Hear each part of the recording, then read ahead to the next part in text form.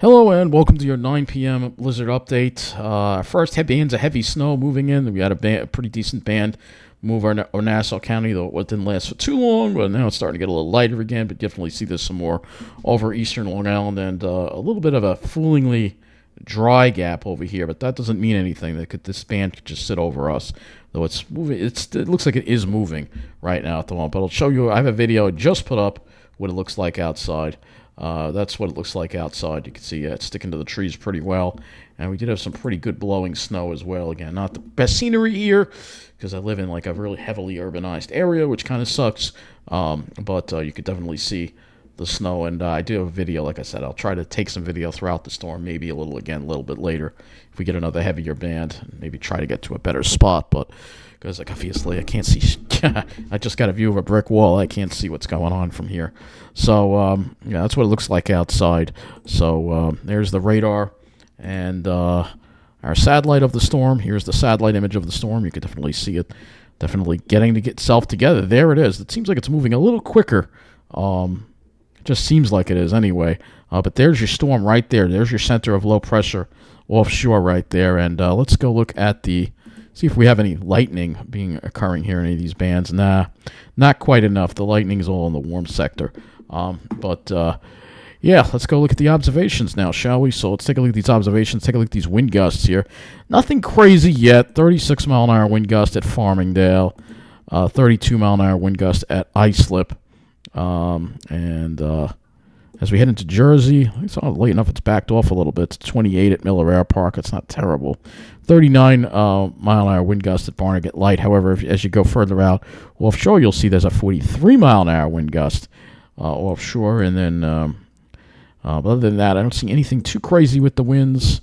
Top of Stony Brook has a gust of 45, but that's up there, so that's at a higher elevation. So we're going to go ahead and look at our... let's look at some observations now. Last time we had trouble pulling up the observation. Let's see if it'll be willing to do it again, or it's still having trouble. So we have to kind of scroll down. It's saying light snow, but there was a period of heavy snow. That was the band that we just experienced. Rolled through Mineola around 8 o'clock, so here it came through around 9 o'clock. So you can see there was definitely a band of heavy snow where the visibility was reduced to about a quarter of a mile, and winds were gusting up in that band to 32 miles an hour. So yeah, pretty close to blizzard conditions there. Yeah, I don't know why that's not loading. I don't know why we're not having that problem, but we're going to have to look at it like that. Otherwise, I have to pull in and look at it like this. So I can probably just click on Islip, and I'll kind of give you the 8 o'clock. Well, I'll give you the 9 o'clock. So it's a snow, blowing snow, and breezy. Northeast wind at 22, gusting to 31. Visibility a half mile. If we look at Farmingdale, we have light snow being reported with a wind gust of 37 from the north, 31 degrees, dew point 29. It feels pretty chilly with that wind and the snow, though, out there. It's plenty cold enough. If you do go out there and try to take video, bundle up. It feels cold, even though it could be a lot colder than this. So let's look at the power outage situation. There's not many on Long Island at all. Very little. This is all we got. It's very little. However, as usual, with everybody's favorite electric company, Jersey Central Power and Light, it's quite a different story. Almost 13,000 customers without power, and quite a few along the Jersey Shore, in Toms River, and in Brick Township.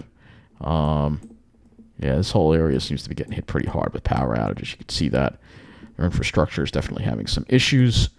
Maybe they are getting a little more wind there, but I haven't seen anything that crazy. We can go back to the weather and hazards map and see what the peak wind gusts have been. Let's see, Miller Air Park's only hit a peak gust of 36. Let's see a little further offshore. They had a peak wind gust of 46. Nothing crazy. Nothing crazy. Why are there so many power outages? Going to poweroutage.us, which is another thing we can use as well. Let's update this. You can see JCP&L. Yeah. You look at this list here. Ocean County has the most power outages, followed by Monmouth County, followed by Atlantic County, and that's not JCP&L. So for some reason they're getting hit harder due to the winds, I guess. The winds are a little stronger in that area, perhaps. They are closer to the low, so that would make sense. You have gusts into the 40s. But the gusts could be stronger than that and cause even more problems. Pulling this out, New York doesn't have many at all. 959 customers outbound. Virginia also being hit hard too, 20,000. It's probably due to the heavy, wet nature of the snow sticking to the tree limbs and power lines. 10,000 in Delaware too, by the way. So let's say blame JCP&L, because it seems like this area, whatever the case is, getting hit a lot harder with the power outages versus our area. So show you what it looks like outside. Look at some of these traffic cameras. Can't really see much. Let's see if we can find one that's... Yeah, this one gives you a decent view of what's going on out there. Yeah, the roads are snow covered. There's more cars than I'd like to see on that road. And you can see there, it looks like it has some roads closed off too. Glen Cove Road looks like it's closed off, and IU Wilts is closed off as well. So it looks like they have some road closures already. Here's another view of the expressway at Glen Cove Road there, and you can see the snow. Doesn't really show the road closure per se, but it does say the road is closed, probably due to snow conditions. That's Glen Cove Road around 25 right there. Looking at the South Shore, let's see what it looks like down there. Can't see out that camera. Can't see out that one. This one we can sort of see out of, so it does look a little bit better there. Of course it does. Yeah, the roads are a little clearer there. This is Massapequa, of course. So, yeah, it's looking like there. The snow is still coming down. It looks like they have the Wanto Parkway closed off as well. Yeah, no camera here at all, but it says it's closed off, but we'll see if we see a car coming by or not.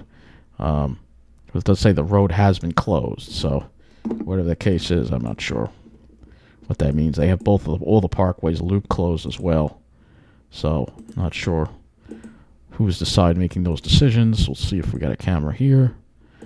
Yeah, now here's where the winds are going to be bad, like over here at Lido Beach. Let's take a look and see what Port Jefferson looks like. Oh, that's what it looks like there. Nothing too crazy. Looks like about 5 inches on the ground there, too, as well. Seaside Heights. This is where it's bad. You're going to hear that wind going, too.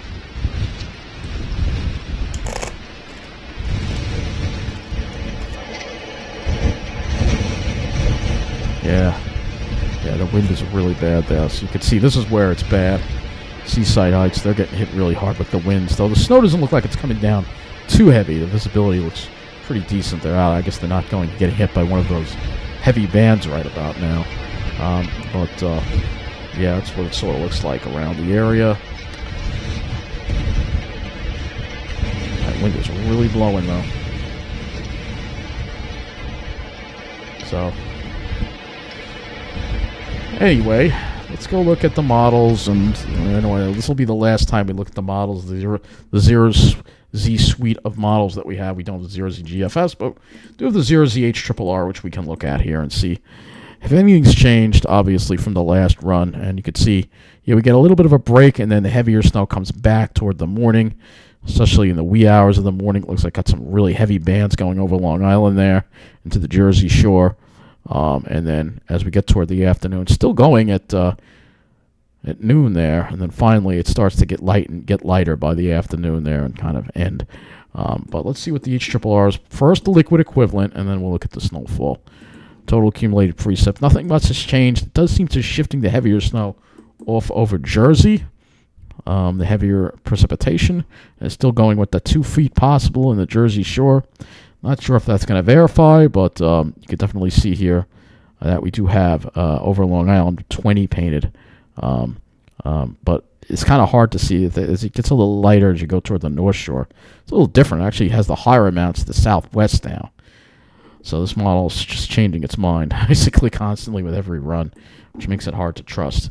All right, NAM. Don't have that much of the Zero Z NAM. Oh, we do have it in. Okay. This is out to tomorrow night, and look at this. It actually spares us even a foot of snow now. So the NAM is really taking this thing further east now. It's very interesting. It's like a jog east now. this would be a much better scenario for us. The East End would get clobbered, and the Jersey Shore would get a little over a foot, but this would be a lot better. The NAM does seem to be taking it a little more. The HRRR is not doing it. But you can see here, this is what the NAM looks like. It does have heavier bands kind of coming in over Long Island in the overnight hours, and then the heavier bands are over by like 10 o'clock, and then the storm pulls out. So that is what the NAM says. HDRPS, which I only have 18s of, so let's take a look at the HDRPS, though, and you can see again that here's that bit, those bands again. And total snowfall on that. Yet again, showing that heavier amount toward the Jersey Shore and the East End. So this is sort of looking like the HRRR at this point. GFS, well, we don't have the 0Z GFS in, so we can't look at it. So I'm a little bit earlier. I don't have all the models in yet. I guess we can look at them again later, I guess. I don't like looking at models once the storm is underway, but because this is a long-duration storm, I guess we kind of have to. AI Euro. AI GFS, first of all. Let's do AI GFS, total accumulated. It's only going to show us total accumulated precip. Yeah, I don't see 2 inches on the AI GFS. Or the European. That's, again, closest along the Jersey Shore. That's the European. Okay, FV3. We're not going to... Oh, we do have the 0Z FV3 in. Okay, so this is the 0Z FV3. For some reason, this is the higher resolution version of the GFS. And showing, again, possibly 2 inches of liquid equivalent up to the over on the Jersey Shore. Total snowfall, again, has a 19 painted over there. Doesn't really have a number painted over us, but that would look like around 15, 16, 17 inches for us. So, no, I don't think Long Island gets 2 feet. Maybe the East End, maybe. So this is what all the different models are showing. We'll take a look at the wind situation as well and see if anything's changed with that. This is an interpretation of the latest HRRR model. All right, so let's go ahead and look at the wind gusts. Right now, nothing crazy, but it gets a lot worse as we get toward after midnight. This is when the winds really start picking up, 51 miles an hour, 60 miles an hour, possibly gusting over Toms River. 5 o'clock, you could see the winds really going over the East End, Suffolk County. This is where you got your really strong winds of gusts close to 70 miles an hour, and still gusting out there, 72 miles an hour, and still going. Even at 11 o'clock, it's not until we get to like 4 o'clock that the winds finally back off. And then, of course, you've got the coastal flooding, which we've already been through already, the issues with that. And we'll keep an eye on that. Right now, that hasn't started yet. So that is the HRRR model. Does this show the NAM? This does not give us the NAM. Yeah, that's what I thought. I have to go to windy.com and look at the NAM. Kind of curious as to what the NAM shows at this point. And the GFS. So we'll go ahead and look at that. Wind gusts. All right, so let's first look at the European, see if anything's changed with that. Not really. Keeps the worst of the winds off to the east. Brushing the East End. GFS. GFS is a little worse with the winds for sure. Definitely has worse wind over Suffolk County. Definitely gusts over 60 in Suffolk for the overnight hours. All right. And then the NAM. The NAM is the one I want to see. So let's take a look at the NAM. So here's the NAM. The NAM has gusts close to 50 overnight. And then still gusting close to 58. 45, and then finally subsiding. So, yeah, this is the winds. The worst of the winds hasn't hit yet. The worst of the winds is going to come after midnight. That's the general consensus that we've got right now as far as the winds go. So, just going back to the National Weather Service here, let's look at the latest briefing that they have. Let's see, the forecast on track with only minor changes. All right. Blizzard warning in effect. So they're calling 16 to 24 inches likely. Localized higher amounts. Snowfall rates 1 to 2 inch hour, especially with higher rates of 3 inch pop blizzard conditions. Obviously, we've gone through that. Coastal, we've gone through this already. Let's see what their map has. Total snow accumulation 14 to 20 inches with likely higher amounts. possible. This is their map. They're still going with these high. I don't think it's 20 plus for the city. This is and they're showing snow load impacts. This is something I don't think I saw in the last one. So snow load impacts. This is something to have. So in those areas that are red, expect major impacts. All right. All right. In those areas in the orange, expect moderate impacts. So major impacts they have on the North Shore and the East End into Jersey Shore. Moderate impacts pretty much everywhere else, and only minor impacts if you go to the north and the west. On the snow load. All right, so that's snow load. Then you have snow amount impacts, and they all have the purple, so extreme, basically. And then there's blowing snow impacts, so pretty much all in the red, which is blizzard conditions, so major impacts there, right? And this is their wind gust forecast, and this is what they have where the area where the highest winds are, and I tend to agree with that. I think that's going to be the East End, 65 to 75 mile an hour winds possible. And the flooding as well. So, yeah, flooding as well. So, yeah, that's what the National Weather Service is showing. It's 12, Long Island. Let's see what News 12 has, if they have any new information for us. These are the snow amounts they have. So, Patchogue, 5 inches. So, yeah, it's pretty much what I measured. A lot more is coming on the way there. Travel bans are also in effect. Yeah, don't travel overnight into tomorrow morning. I wouldn't try to travel until after maybe the afternoon tomorrow, maybe. But anytime before then, I would suggest you stay home. Don't travel. It's going to be too dangerous to travel. So I just want to show you one more thing.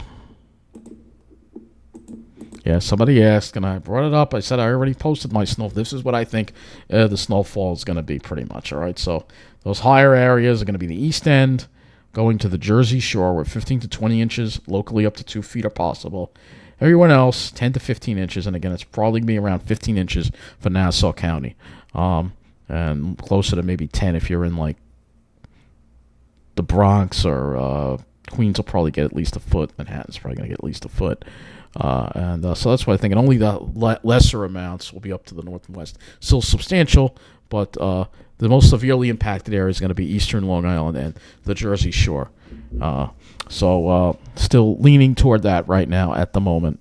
Probably not going to change. And how the storm's going, it's kind of really no point in it. This might change a little bit. We may push some of those higher amounts away from the Jersey Shore, or we might add them to the Jersey Shore, less over Long Island. But that, generally thinking, is that's closest to the track of the storm. So the last thing to talk about, just a little bit of a laugh. Remember the last time we had a blizzard? It was 2016. I remember what happened in 2016. We had a malfunction, one of our signs, and one of the on the Northern State Parkway that said blizzard warning. That was the last time we were under a blizzard warning. I believe it was 2016. 10 years. So I can't say we weren't overdue. Sure as heck were. Anyway, that's it. Be careful out there. Let's hope there aren't too many power outages. Don't travel. I mean, you can look at the storm. You can go out in your neighborhood and look at it, but don't try to drive. Don't travel too far from home. Take proper precautions. And honestly, like I said, I would recommend staying. Don't even try to travel until we get toward after, say, noon tomorrow. And once the snow starts tapering off and they start clearing the roads, maybe then we can finally get out. I really don't want to be stuck in 2 days in a row, but that is a possibility depending on how long it takes for things to get back up and running after the storm's done. It also depends on how quick it exits. So that's it for now. I'll have another update for you later.